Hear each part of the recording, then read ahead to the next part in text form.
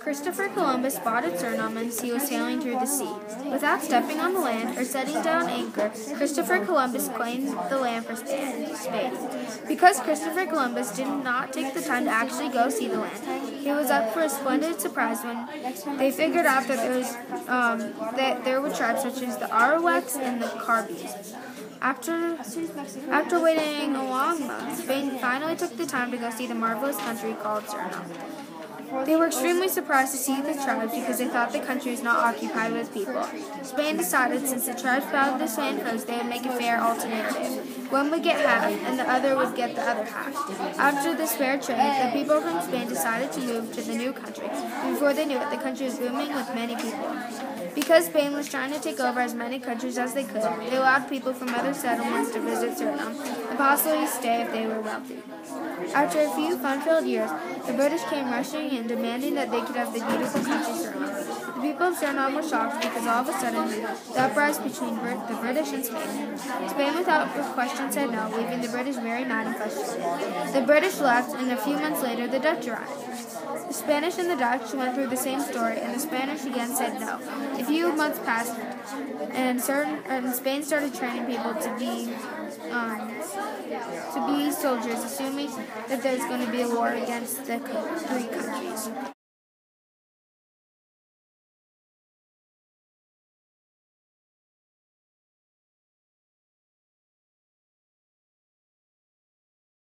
Christopher Columbus spotted Suriname as he was sailing through the sea. Without stepping on the land or setting down anchor, Christopher Columbus claimed the land for Spain.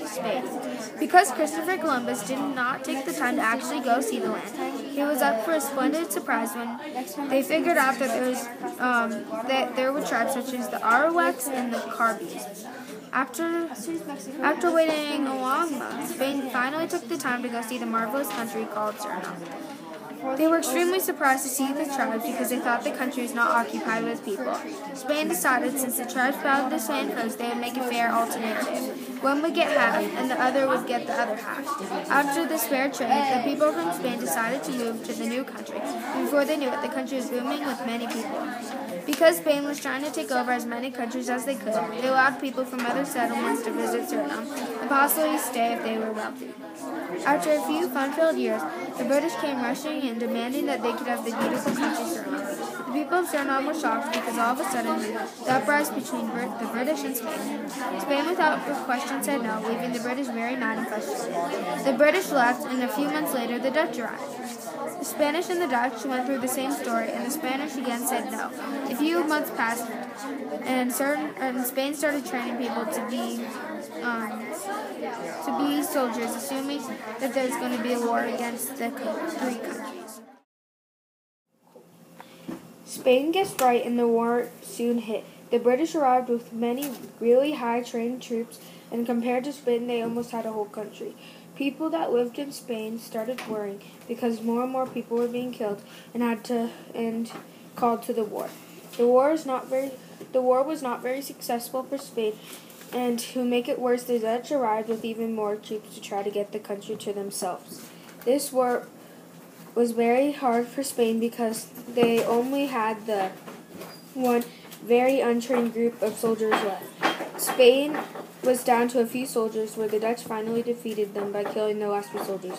The Dutch now had full power over Suriname and kicked everyone out and not in their country out. After a few years, the Dutch got slaves from the northern part of Africa and brought them to Suriname to work on coffee and sugar plantains. Because the Dutch people refused to do work like this, they needed to get a lot of slaves to do this essential work, to get this essential work completed. The British saw how Suriname was doing so well and making a huge profit, so they rule reimposed. People soon started quitting jobs and refusing to do work, so more slaves were forced to come to Suriname. The country started to not run as smoothly after a couple of years, so they gave full power to the Netherlands without any war. After a decade, Suriname got its full independence from the Netherlands and the other countries. To this day, Suriname celebrates their Independence Day on November 25th to remember all the people who fought for their country's freedom and evolved to the country it is today. Today, Suriname is a wealthy and peaceful country. Even though they still have a few disputes here and there, their country is able to keep their independence from the Spanish, Dutch, and British. This has showed that they are a powerful country who is able to fight for what they want. In the past day, they were not sure who would have the power over the country in the end. This is different from now because Suriname has laws where people can't take over their country, even if there was a huge war. So all in all, Suriname has full power over their country no matter what. When the Dutch took over Suriname, the people had to go into a ton of wars to prove that they could own Suriname and were the rightful owners.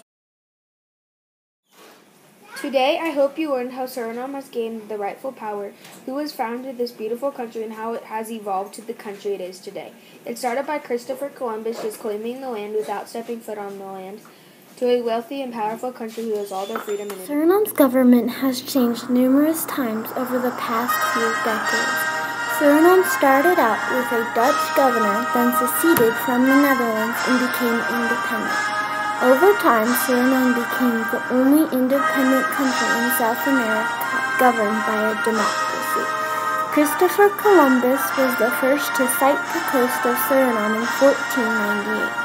Then Spain claimed the land in 1593, but the Spanish and Portuguese explorers paid little attention to the area. Dutch settlement started in 1660. 7 years later became a Dutch colony in 1667. The Dutch gave very little financial support to the area. Therefore, Dutch Guinea did not flourish. Diaz Batur, 65, was elected by Suriname's parliament in 2010. He changed the country before he even was elected president. In 1980 to 1987, he was Suriname's de facto leader when the country was under military rule. On December 8, 1982, Diaz killed 15 young men who had criticized Batur. He had taken them from their beds and took them to his headquarters and shot them dead. That is now known as December murders. Diaz is still under trial for his murder. 2 decades ago, Suriname was a dictatorship, but people got tired of the habit, so they changed it to a democracy. That's how Suriname changed in the present. Thank you for watching, and I hope that you enjoyed just a piece of Suriname's government. Suriname is a very diverse region. Its civilization and culture is everything but ordinary. Its history was a long and winding road. Suriname is a beautiful place, filled with culture. Most of its land is covered in trees. With the 4th largest lake in South America and one of the largest species of turtles on the surface of the earth, Suriname is a country like no other. In Independence Square, in Paramaribo, there is a small street called Independence Square. It represents the independence Suriname fought for. But this is just a fraction of all the exciting places. So come and explore all the major monuments of Suriname. Jalebi Nature Reserve is our first stop. With its unique beaches and wide variety of flora and fauna, this is by far the most diverse part of Suriname. Home to the giant leatherback turtle, this place is an amalgam of beauty in nature and biodiversity. People come from all over to see one of the largest species of turtles on the earth, as well as 34 different types of trees and 1,342 different species of plant life. Our next stop is Fort Zeelandia, in which the Dutch first settled. Led by Abraham Crinsen, the Dutch sailed to Suriname to settle. They then bombarded Fort Willoughby, which at the time was currently owned by the British, and the British surrendered. Then Crinsen renamed the Fort Zeelandia. It is still in Paramaribo today. Suriname is a vast country, even though it is smaller than Wisconsin. There is so much to explore, from Paramaribo to Sipalimini. The religion in Suriname is a mixture of culture from around the globe. Because Suriname was originally a colony, many people from different countries settled there. This caused a wide variety of culture and religion to form in Suriname. Religion has gone from Indian culture to what it is today. So dive in and let's get started learning about religion. Indian religion was spread throughout Suriname until the Dutch arrived in 1630. At first, the Arawaks owned the land of Suriname. Then, the Caribs, a more fierce tribe, took over this land, hence the name the Caribbean Sea. These religions both had gods and both had special ceremonies, but another Indian tribe was located at the heart of Suriname. That tribe was the Sranan. The Sranan religion was strict but had few gods. Many ceremonies were held. Language developed, and the tribe's religion was spread through Suriname. Then the Dutch came to Suriname and took all of the land from the Caribs. Mixtures of people from different countries moved in, and 14 different religions remained. 4 of these were dominant, and those were Christian, Catholic, Pentecostal, and Hinduism. This was caused by many people from the Netherlands, Spain, India, Indonesia, China, and many more countries moving in. In the end, the Sranan were almost wiped out, but in the heart of Sipaliwini lie small settlements of the Sranan people today. Religion transformed Suriname into a cultural diversity. Many religions still exist today. Suriname will never have a dominant religion, so there will be division along with unity.